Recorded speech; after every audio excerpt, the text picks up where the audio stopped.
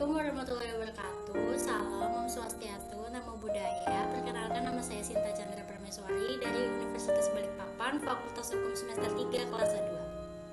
Perkenalkan, nama saya Gabriela Selwa Makaleo dari Universitas Balikpapan, Fakultas Hukum semester 3 kelas A2. Perkenalkan, nama saya Fabiola Priyatomondo dari Universitas Balikpapan, Fakultas Hukum semester 3 kelas A2. Sebelum kita masuk ke pembahasan kita, izinkan saya untuk menjelaskan garis besar apa itu antropologi hukum. Antropologi hukum adalah ilmu pengetahuan yang mempelajari manusia, baik dari segi hayati maupun dari segi budaya. Sasaran pokok dari antropologi adalah manusia, baru kemudian perilaku budayanya. Antropologi melihat hukum hanya sebagai aspek dari kebudayaan, yaitu suatu aspek yang digunakan oleh kekuasaan masyarakat yang teratur dalam mengatur perilaku dan masyarakat, agar tidak terjadi penyimpangan dan penyimpangan yang terjadi dari norma-norma sosial yang ditentukan dapat diperbaiki. Antropologi hukum merupakan cabang ilmu pengetahuan hukum yang mempelajari pola-pola sengketa dan penyelesaiannya, baik pada masyarakat yang sederhana maupun pada masyarakat yang mengalami modernisasi. Batasan ini dikemukakan oleh Paul Bohannan. Apa itu kepele?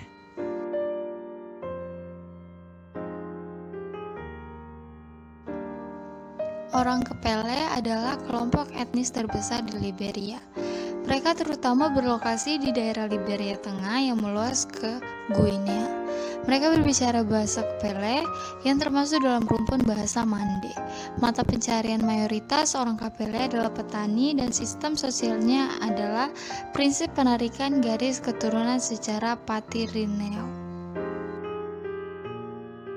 Ini adalah peta wilayah Kepele di daerah Liberia Tengah. Perkara orang-orang Kepele, sengketa yang ada biasanya permasalahan waris, kelalaian suami atau istri, dan tuntutan pembayaran terhadap suatu pekerjaan yang belum diselesaikan. Orang Kepele telah mengenal lembaga penyelesaian sengketa alternatif walaupun dalam perspektif tradisional, bukan lembaga arbitras modern. Di sana terdapat lembaga penyelesaian perkara secara informal yang diberi nama Berai Mumeni, artinya rumah perembukan. Cara mengajukan perkara.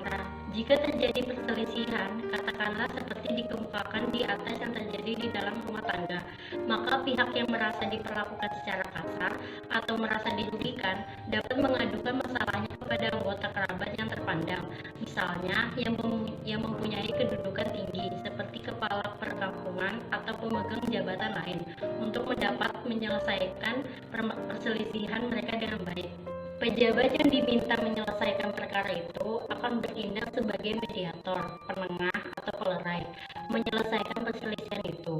Setelah didengarkannya keluh kesah yang disampaikan si pengadu, maka ia mengajak para sesepuh masyarakat yang lain untuk ikut serta menyelesaikan perkara itu.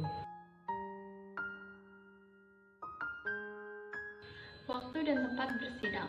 Proses penyelesaian perkara tersebut lazimnya ada di hari Minggu di rumah kediaman pengadu yang mempunyai inisiatif untuk melakukan upaya mediasi tersebut. Mediator adalah pihak ketiga dalam proses penyelesaian sengketa ini dan dipilih oleh pihak pengadu atau penuntut.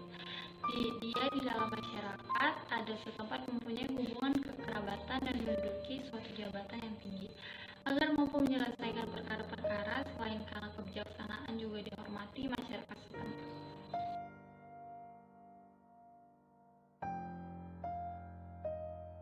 Penyelesaian sengketa ini dimulai dengan pembacaan doa, dipimpin orang yang membaca doa dan menggunakan tongkat, pung, yang diayunkan sambil membaca doa.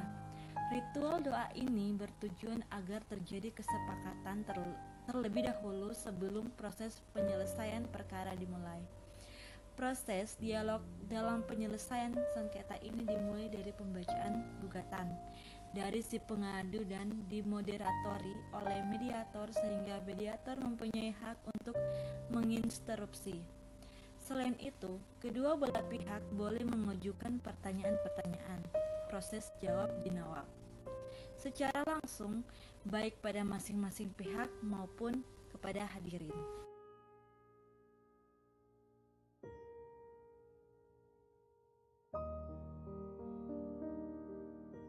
Proses pertanyaan dan kesaksian dilakukan tanpa batas dengan mempertahankan sebuah ketertiban.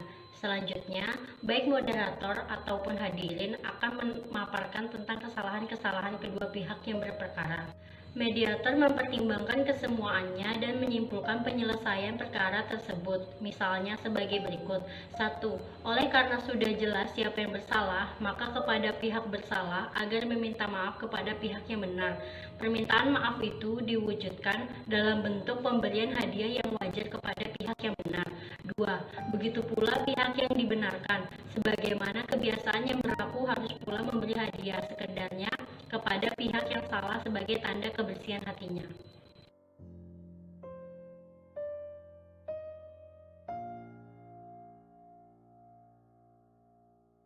Setelah semua pihak didengar keterangannya, maka mediator akan menyatakan kesepakatan dari kelompok tersebut. Pihak yang dinyatakan bersalah harus meminta maaf kepada pihak yang benar dan hal tersebut lazim dilakukan sambil memberikan sebuah hadiah. Dalam ritual penutup, pembacaan doa dilakukan kembali oleh para sesepuh, berterima kasih pada orang yang telah membantunya dan mengharapkan perdamaian untuk kedua belah pihak. Termasuk kesimpulannya, penyelesaian oleh mediator itu ditawarkan kesepakatannya kepada para pihak berperkara yang didengar para hadirin. Biasanya dalam penyelesaian perselisihan rumah tangga, para terperkara tidak keberatan menerimanya, sehingga kehidupan rumah tangga mereka rukun kembali. Dengan adanya kesepakatan bersama itu, berarti perkara sudah selesai dan persidangan ditutup dengan makan minum bersama para pihak terperkara dan para hadirin.